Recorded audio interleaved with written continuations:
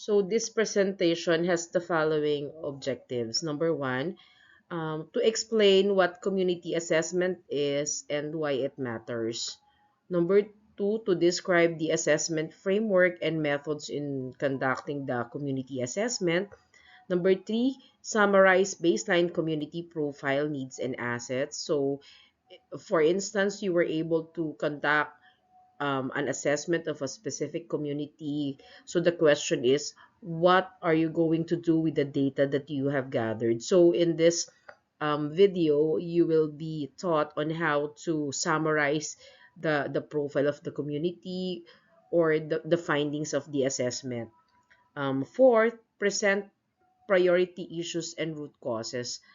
The primary objective of conducting community assessment is actually to determine what are the issues confronting a specific community and what could be the causes or the factors that actually bring into light these issues, and then link findings to the proposed project design. So you will be proposing a project, but based on the information that you were able to get from the community, and lastly, to outline monitoring, evaluation, and sustainability.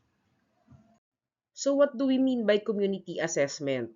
So it says here that it's actually a systematic process to understand a community's context, needs, and resources, meaning to say you will look into, for instance, the various institutions in or organizations present in a community, like how many churches are there non-governmental organizations in the community, or what is the pressing problem or needs of people in the community, and what are the available resources that the community can make use of to address the problems that are actually present in their community, or what are the potentials of the community, for instance, for development or for tourism or for whatsoever reason.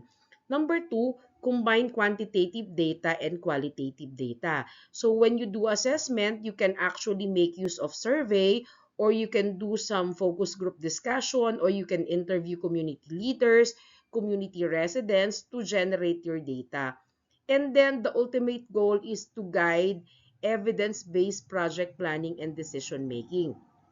Actually, it is more effective if, for instance, you are part of the SK, or you are part of an organization in the community, that before you propose your project or you do your planning for the community, you have to consider first what is the characteristic of the community, or what's the context, what are the needs of the people, what are the values, the knowledge, and even the attitudes of people, so that you will be guided in your planning, so that it will be grounded on the experience or the context of the community.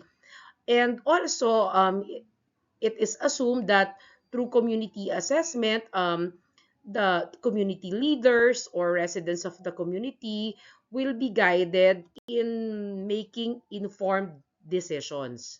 So the question is, why community assessment for project proposal? So I have already mentioned a while ago that before you do your proposal for a specific community, especially if that community is external to you, meaning you are not part of the community. For instance, you are a development worker after you graduate. So before you propose anything related to a specific community, you have to first assess or do a community assessment, so that number one, we will be ensured, and even the community, that the project responds to real community priorities. For instance, if garbage collection is problematic in one community, and through community assessment, you were able to identify that problem as one of the major problems of the community, and you will actually propose a project, for instance, on how to segregate their waste, or how to make use of recyclable materials so that the community can take advantage of it. So meaning to say, your project now is grounded on the real community context or the priority of the community. Number two, identifies who is affected and how. So, for example, you were able to determine that hunger is a problem in a specific community. So, you need to identify what groups are actually at risk of hunger. Are they the aged, or the elderly, the young ones, those who are actually below, have low income, or maybe those who have low level of education, or farmers, etc., etc. And then how they are actually affected. So if we're speaking of hunger, are they affected because some of them are skipping meals, or they're affected um, because for instance, because of hunger, malnutrition is high in their sector, and eventually malnutrition is translated into low parang educational performance. So you can actually connect the implication of a specific problem that you were able to identify, and the functioning of individuals in that community, and then map existing services and gaps. So if hunger is a problem, so what are the existing services provided by the local community? Like, do they do feeding programs, or do they have enough resources in the community coming from the parang public lands, or meron bang enough na resources yung municipality? And then what are the gaps? Meaning to say gaps, if you have plenty of resources, so the question is, why is hunger prevalent in that community? Maybe the gap could be the resources are not equitably distributed, or the local government does not know how to deal with that resources and how to distribute it to the people. Or maybe the gap is that the local community is not informed that hunger is one of the problems encountered by a particular sector in their community. Oh, aside from hunger, you can also look at unemployment, high incidence of unemployment, or maybe high incidence of teenage pregnancy, or high incidence of crime, um, etc., etc. And then builds community ownership and trust. What do we mean by this? So if for instance, your proposal is grounded on the real community priorities, you were able to interview people, local leaders telling you that this is the problem of the community. So your project now is actually, the community can own your project, because the community is part of the process of determining or assessing their context, their resources, their problems, and then they're actually, you can get their trust because they know that you are not imposing a project for your own benefit. Meaning to say, you want to help the community, and the community will trust you if you do that. And then also, it strengthens proposal credibility for funders.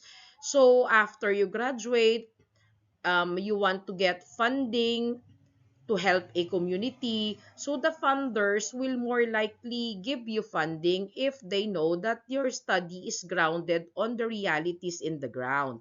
So what do I mean by that? It means that you should not propose something that the community doesn't know. The community should be involved. So we call it participatory proposal development, meaning to say, since they will be affected by the program or the project, so I think it is right that they should be included in the determination of their resources, of their problems, and also the determination of the solution for the things or the problems or the issues that they are encountering. So if you say community assessment, what could be the scope? Number one, it could be a barangay, it could be a municipality, or maybe a district, depending on your budget or your resources. And then population group, you should target based on age. Do you want the youths to be the focus of your assessment? Gender, you want the to focus on women, LGBTQ, men, livelihood, is it tourism related, farming related, or do you want to focus on the informal sector? And then vulnerable sectors, do you mean IP community, solo parents, the poor? those who are on the informal sector, people who are marginalized, and then time frame. So you have to determine when is the data collected. So when did you start collecting? And then also you have to look at the seasonality consideration, because for instance, your focus is a farming community, you have to consider the season for planting or maybe harvesting where farmers are busy on the field. So you have to consider that, because you cannot impose that, since it's not just because that you are available, for instance, from 8 to 5, and then you will be asking them to make their 8 to 5 free so that you can interview them. So you should consider their free time.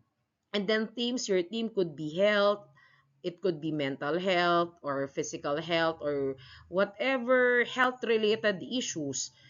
Education, so maybe access to education, non-formal education, lack of education, livelihood, okay, any form of livelihood.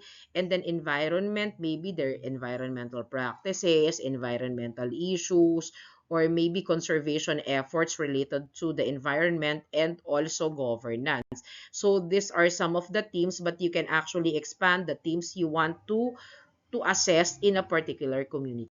So in terms of assessment framework, you can look at these things like community profile, who and where, meaning who in terms of age group, level of education, number. Like you can do a survey and you can present your findings in terms of frequency or in terms of percentage.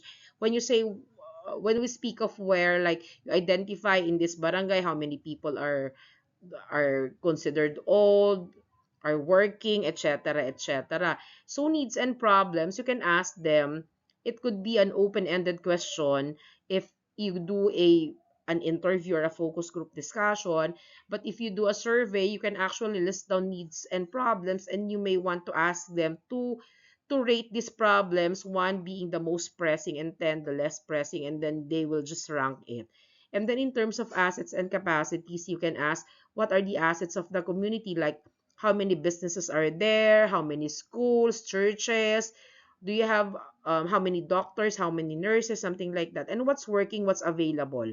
And then after that, you can do a stakeholder analysis, who matters. Like when you say stakeholders, these are the people that can benefit or can be at an advantage position because of your project. Like, for instance, you will be introducing a solar powered machine in the community. Who could be the stakeholder? It could be the community residents, the local officials, maybe those people whose business can be upgraded because of the invention, or those are the stakeholders. So who matters? So you should identify who among the different groups in the community will most benefit from the proposal you will be suggesting. And then prioritization and validation. What should we act on first? So what's the priority? So for instance, they were able to identify that these are the pressing problems of the community and these are the assets of the community. So you need to identify which among these should be prioritized. You will be suggesting that in your proposal, and you have to validate. You can do validation by interviewing local officials, and then you have to position the responses of these local officials to the responses of the residents, because sometimes their perspective actually contradicts. So you have to determine, and then if their perspectives are contradicting, you have to interview again another group of people to make sense of the contradictions, so that you will be able to identify which stakeholders perspective should you follow. So you can also use various data sources like secondary data. You can make use of census from the PSA, maybe record of the local government. Like I believe that each community has their profile, like yeah, like annual report, so you can look at that. School health center data if you're focusing on educational outcomes and health outcomes, or maybe past studies. Okay, and then you can also collect primary data. You will be the one conducting your survey, interpreting your findings, and then you can do interview with people who you think are actually affected or should be involved in your project. And then you can do focus group meaning you have 6 to 8 participants, like they have this common profile, like all of them are the breadwinner in the community, and then you will be asking them about the difficulty associated with their livelihood, something like that. You can also do observation to validate your interview and your focus group and even your survey.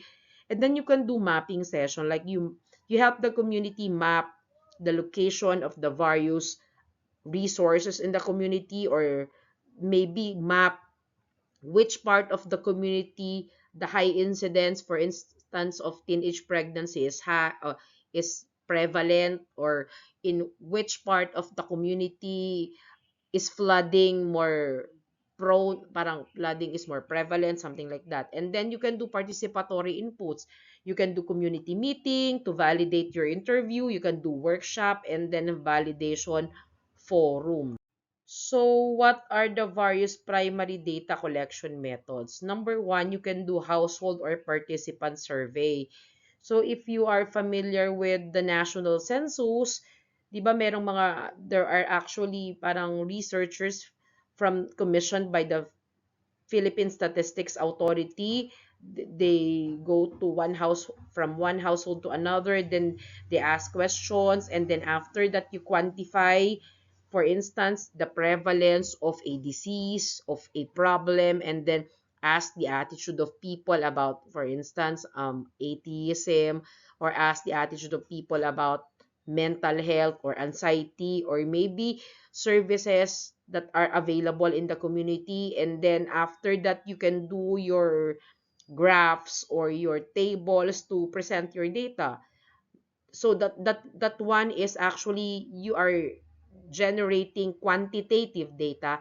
Number two, you have key informant interviews, meaning to say, when you say key informant, there are many people whom you can interview in a community, but these are the key people, they are the key informant, because their role is significant in relation to your proposal. Like, you can interview barangay officials to ask them about the prevalence of conflict among neighbors, or you can ask teachers about their observation on the performance of students, or you can ask health workers about the health seeking behavior of people, and you can ask community leaders about the civic engagement of the residents. Mean to say, you will be identifying these people, you will be involving them in your key informant interview, because they are the expert in the topic you will be asking them. And then you can do focus group discussion. You want the group to be all youths, or maybe all women, all farmers, maybe seniors, maybe persons with disabilities, etc. So it is advisable that your focus group discussion is homogeneous, mean to say they are they have the same they represent the same sector, because the idea of the focus group discussion is for you to get the perception of people coming from the same sector, like women. What are women's perception on the putting up, for instance, of SM in their community? Okay, so you will be asking them because you want to determine what are the future benefits, and or maybe the future negative consequences of malls for among women.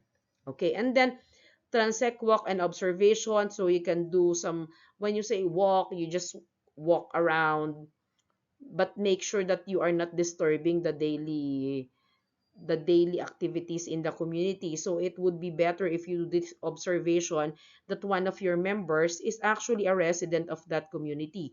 So you may want to look at the physical environment.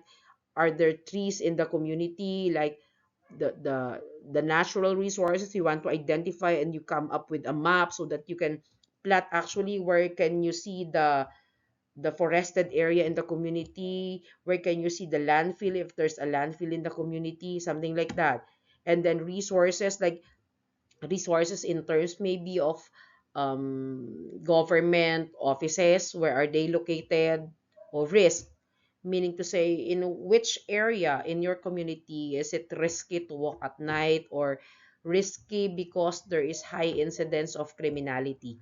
And then community mapping, like for instance, in mountainous areas or in areas near riverbanks or near bodies of water, does the community consider these areas hazardous? If yes, then you can actually plot that in your community mapping. And then services, which part of the community more likely can access services? Is it those communities 5 kilometers near the center, or and those communities, like for instance 20 kilometers away, are not actually given local services? Or you can identify that roads, which roads are paved, yung meron tayong farm to market road, like something. And then water sources, which barangays have clean water or are actually subscribing to water systems.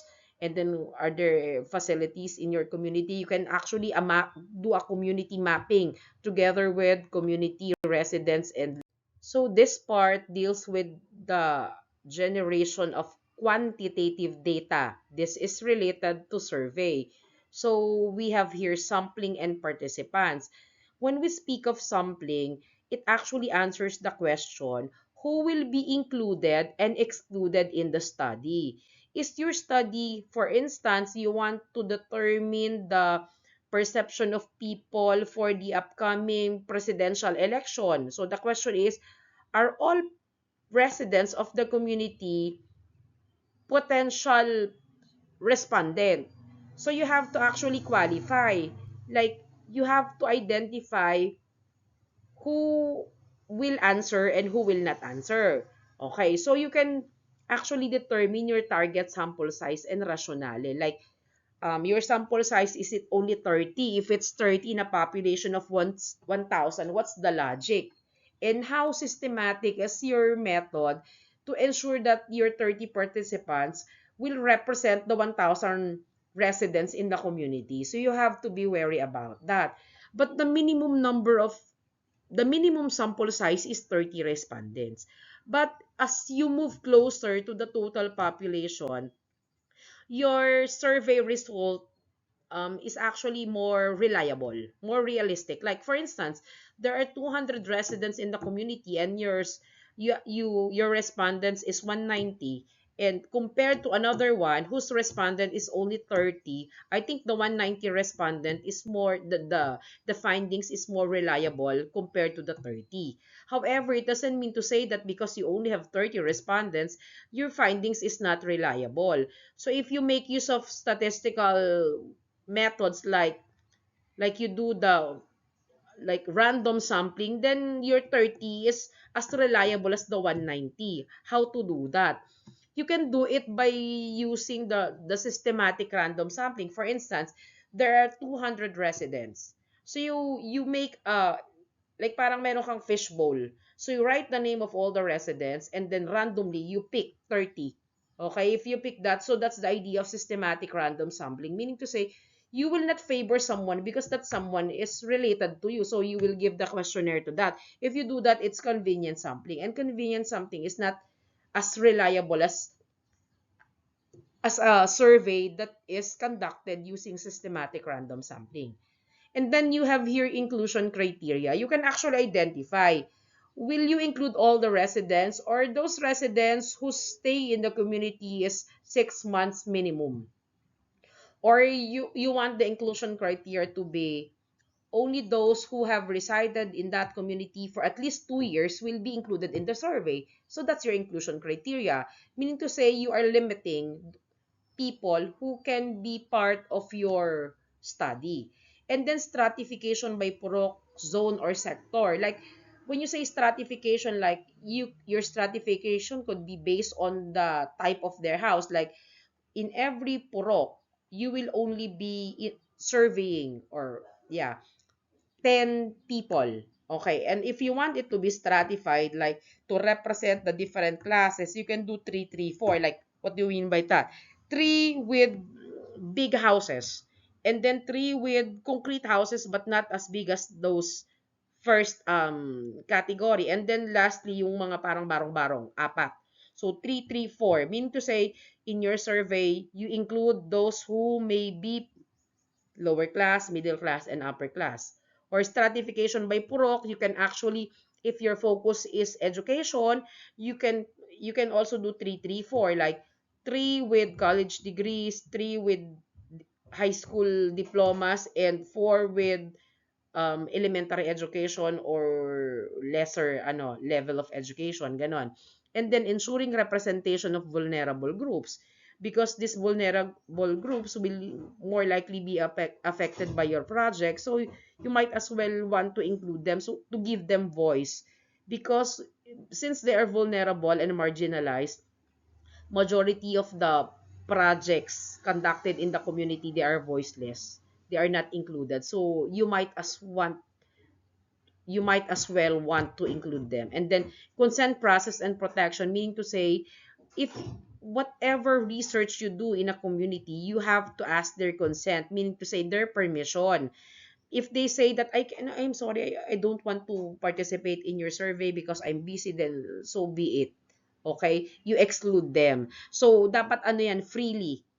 Gusto nila, hindi sila kino-coerce, hindi sila parang pinagbabantaan. And if in the middle of your study, for instance, interview, they inform me na ayoko na palang sumali, parang nahirapan akong sagutin, then so be it, they can withdraw anytime. So yun ang idea natin ng consent process. And protection, dapat anonymous.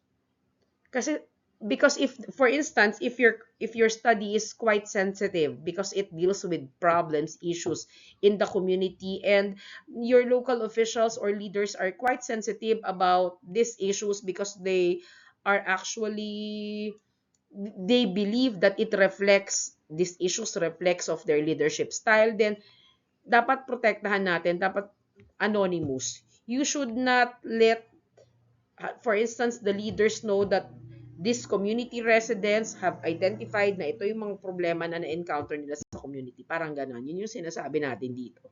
Then, we have here ethical consideration. Yung sinasabi ko kanina, so informed consent and voluntary participation. Informed consent, they should be informed of the nature of the study and their involvement. And after that, they should be given the time and the freedom to determine whether they want to participate or not. Dapat voluntary ang participation. And then, privacy and data protection. How are you going to make them anonymous, their responses private, and the data you will be generating will only be used for the purpose of, for instance, classroom purposes, if it's a classroom requirement, and how are you going to protect the data that it will not be accessible for everyone, especially if you're dealing with sensitive topics. And we also have this do not harm approach. As researchers, it's your actually duty to ensure the safety of your respondents. So it's you have to make sure that your study will not harm them, will not put them in a bad light. And then cultural sensitivity and appropriate language.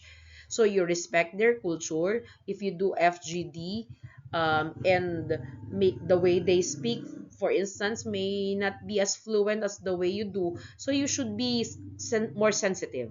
Do not use words that are inappropriate and words that are demeaning, because if you do that, you will not be actually earning their trust, and you cannot build rapport in the community. And then also feedback of results to the community. So after you do your assessment, for instance, you were able to generate a quantitative data and a qualitative data, you can present it to the community to actually, for them to know for them to know what are the pressing issues in their community, if that's your study, and also so that they can actually strategize or do future planning, or so that their decision making in the future will be informed by the findings of your study.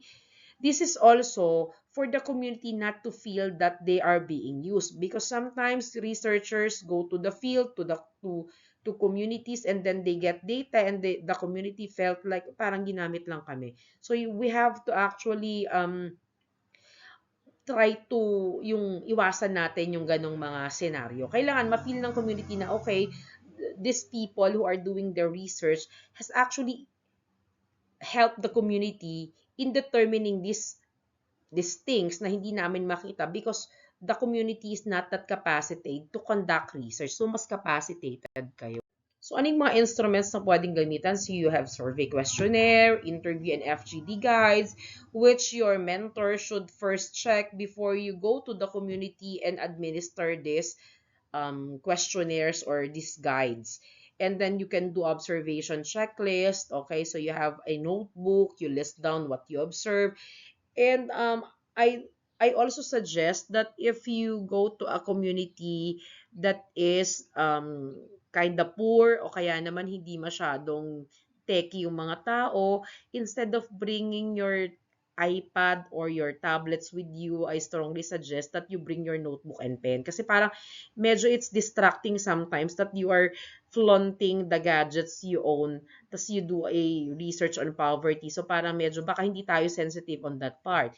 And then mapping templates, if you do a mapping, so dapat meron kayong Manila paper or cartolina or kung anumang papel ang gagamitin nyo to do the mapping. And then photo documentation with permission.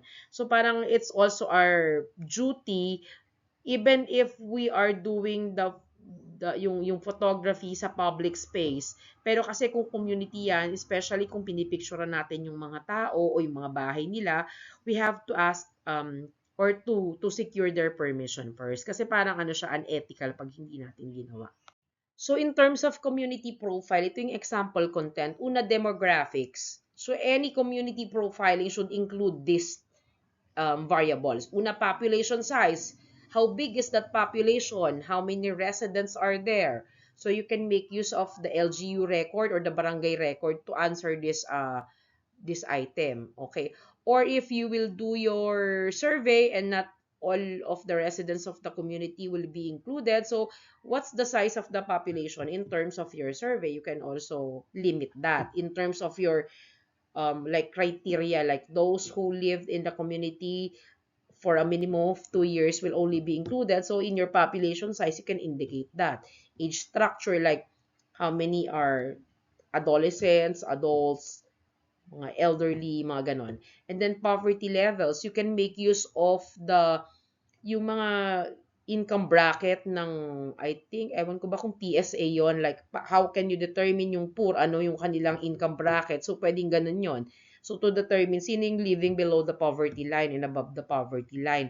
And then education literacy rate, you can get this information from schools and then school access, dropout rate. But you can also ask people yung kanilang literacy rate, like are they literate, do they have the skill to read, to write, mga ganon, or to count. And then health, ano yung common illnesses of people, like colds ba, o meron pang iba like hypertension or diabetes, because kung yung mga sakit na yun ang common illnesses doon, baka may problema doon sa community or doon sa pwedeng lifestyle ng mga tao. And then nutrition, so if malnutrition is high, so it tells us of the maybe possible reason kung bakit mataas ang malnutrition, because maybe connected ito sa mataas na incidence ng poverty o mga ganon. And then maternal or child health, okay? And then infrastructure, so yung accessibility to water, yung sanitation ba nila, if you ask the sanitation engineer, mataas ba ang level? Yung electricity ba, is it available, or some of them are still reliant on candles at night kasi wala silang electricity, or meron ba silang hydroelectric power plant to provide electricity in the community, ganon. Parang meron na bang rural electrification or roads, magaganda ba ang roads nila, and then meron bang internet access ang mga tao, ano ba, data ba or naka-wifi or sa mga public wifi lang sila nakaka-access. And then environment and risk, so yung anong mga areas ang madalas at risk ng flooding and landslide. So and then also waste practices in the community. And then community needs and problems, yun nga, top issues reported by residents, you may want to ask them to identify, or you can also list down maybe possible problems and they will just rank it. And then service gap and barrier. So ano yung gap sa services na pinoprovide ng ating government, ng NGO kung meron man, ng school. And then what are the barriers? Pwede yung barriers ay sa level ng leaders or sa level naman ng mga citizens. Like maybe the barrier is halimbawa yung waste segregation. Baka kasi ang barrier doon yung attitude of people, like parang ba't kami magsisegregate? Eh, kukolekta, hindi naman. Baka ganun. Baka makita natin na yung attitude pala ng tao, yung barrier. And then trends from secondary data, like anong sinasabi ng secondary data, anong sinasabi ng census, and then who is most affected and why. So you have to explain it. So it's your duty or responsibility as researchers to determine this through the data you were able to generate from the community. Community assets and opportunities. So ano ba yung mga assets of the community, like existing community organization? Are there organizations for PWDs, for women? Meron ba tayong organization for like credit co-op or organization among merchants or ganon? And then yung mga leaders, meron ba mga church leaders, mga barangay, mga ganon. And then local skills and livelihood, you can ask them, ano ba yung mga skills nila? May mga electrician ba in the community? Yung meron bang magaling sa carpentry, mga ganon. And then livelihood, ano yung mga pwedeng livelihood in the community, and then available facilities, nabanggit ko na yan kanina, natural resources and economic potential, and then active programs and partners. So yung last na item, you can ask yung mga community leaders to answer that question. Meron bang o kaya naman yung mga community organization, anong mga programa nila? At sining mga partners nila? May mga partners ba sila outside the community? Mayroon bang international funding agency? Something like that. So, pag sinabi nating stakeholder analysis, sabi ko nga, stakeholders, these are the people or groups that are directly benefiting from a project or can be directly affected by a project. Like, pwedeng local government unit, NGO, pwedeng school, businesses, faith group, youth groups. Depende kung anong grupo yung parang maaapektuhan ng program or ng project. And then, so, you have to define anong interest ng bawat grupo to. Like, anong interest ng LGU? And the interest of the LGU may be different from the interest, for instance, of faith groups or ng youth groups. So, ano yung influence nila? So, if you look at these stakeholders, yung kanilang sphere of influence may vary.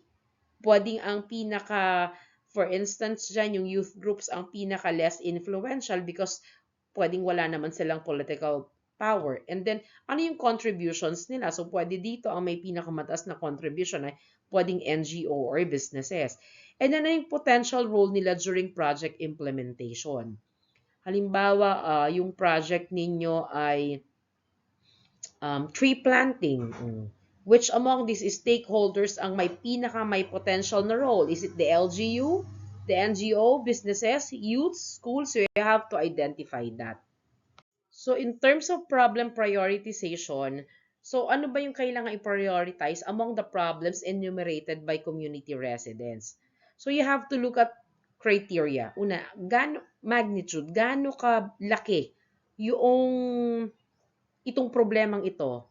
Parang in terms of the population, anong percentage ng population ang nakakaranas ng problemang ito? Severity, gano'n siya kagrabe, gano'n siya ka-debilitating, gano'n siya ka-risky for people. Like, halimbawa, ang issue ay landslide, kaya yung flooding, o gano'n siya ka-severe, like, affected ba ang livelihood ng mga tao, affected ba yung schooling nila, mga ganon. And then urgency, kaano siya ka-urgent? Gaano parang do we need to actually quickly address this issue kasi if we don't, parang mas gagrabe pa siya. And then feasibility also, yung mga resources, parang ano yung feasibility na this problem can be addressed? Like, given the resources, yung support of the national government maybe or the local government, gaano ka-feasible siyang matutugunan. Then equity impact, when we speak of equity, ibig sabihin, kunwari marami tayong grupo. Anong grupo ang mas nangangailangan na matugunan ito? Yun yung equity. na hindi lahat ay halimbawa may mga resources ang isang community. Pag sinabi mo kasing equality, yung ibibigay mo kay Juan, ibibigay mo kay Pedro. Pero pag sinabi mo equity, anong grupo ang mas nangangailangan? And then methods. Ano ba, magkakaroon ba ng parang voting ang community to determine which among these problems ang dapat i-prioritize? Kasi democracy eh. And then ranking matrix, depende ba sa rank ng mga tao? Or pairwise comparison, do we need to do a pairing and then we do the comparison, or meron pa siyang ibang meaning? And then results validated with community. So the community will validate whether yung prioritization of the problem ay tama ba or may iba pang pwedeng pagtingin dito. So we can actually conduct a root cause analysis. Pwede tayong gumamit ng parang problem tree analysis. So you can draw a tree and then dun sa trunk niya, you will be identify yung problem. Dapat isang problem lang. And then dun sa ilalim niya, yung kanyang root, ito yung mga causes. And then sa branches naman niya, ito naman yung consequences of the problem. Yung fishbone diagram is similar, pero yung yung ano naman ay meron siyang ibang mga parts. Halimbawa, yung fish, meron kang may head ka, yung isda. So yung sa head, dito mo identify ano yung specific problem na na-experience halimbawa ng mga tao. Like, ang kanilang complaint ba ay mabagal na pagtugon ng halimbawa ng electric cooperative kapag nag-brown out sa area, yung ba yung problem na kapag nag-brown out ay mag-intay ka ng 8 hours bago ma-restore ang electricity, yung ba yung problema? And then mag-draw ka din ng backbone and ribs. Dito naman, ano yung mga categories na relevant to you? Okay? So, parang pwede dito halimbawa, actually, yung backbone ay, ano yung mga central line leading to the head? Ano yung mga, paano ka siguro naapektuhan? And then, merong ribs. Yung ribs ay meron siyang 6 na ribs. So, halimbawa, these are the major categories or causes. Ano kaya ang reason kung bakit ganun yung problem? Like, una, manpower. Ibig sabihin, ang problema ba yung mga taong involved doon sa process?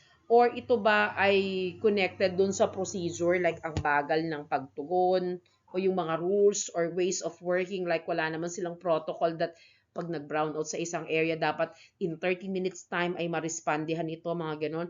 Machines, tools, software, or equipment used ay talagang mga luma na kailangan ng mag-upgrade. And then, materials, raw materials, parts, or information needed, hindi naman magandang flow ng information. So, walang parang channel or line that will inform the electric cooperative na okay, nag-brownout sa ganitong area. And then, measurement, data standard or inspection used to evaluate quality. Baka naman di nila mini-measure, nagpo-provide lang sila ng services. And then mother nature, pwedeng yung physical space, temperature, or external condition. Like, medyo problematic kasi talaga sa area na yan kasi nga ang daming puno or mahangin or laging nadadaanan ng malalaking sasakyan kaya napuputol yung linya ng mga kuryente. So parang ganun. So parang sinasabi dito na for every cause you find, kailangan din daw alamin yung why. Parang bakit. Okay? So this creates smaller bones coming from the main rib. So halimbawa, ito yung problema mo, tao, ang problema mo, bakit kaya? So parang ganon. So yun yung example natin ng diagram. So pwedeng tignan, i-separate yung symptoms from underlying causes. Ano yung symptoms? Ano yung, when you say symptoms, what are the proof that this problem is actually a problem in that community? Paano siya nagmamanifest? So, kailangan mo siyang ihiwalay sa causes because you have to identify why these things are problematized in the community. So, may dahilan, hindi siya pwedeng random lang. And then you also determine whether the drivers are structural or behavioral. When you say behavioral, yung individual lang may problema, yung mga taong involved, but it's structural, it's systemic, it's the culture, it's the management, or kaya naman yung leadership, yun yung may problema. And then, based on your assessment, you have to identify your key findings so that you will be guided accordingly.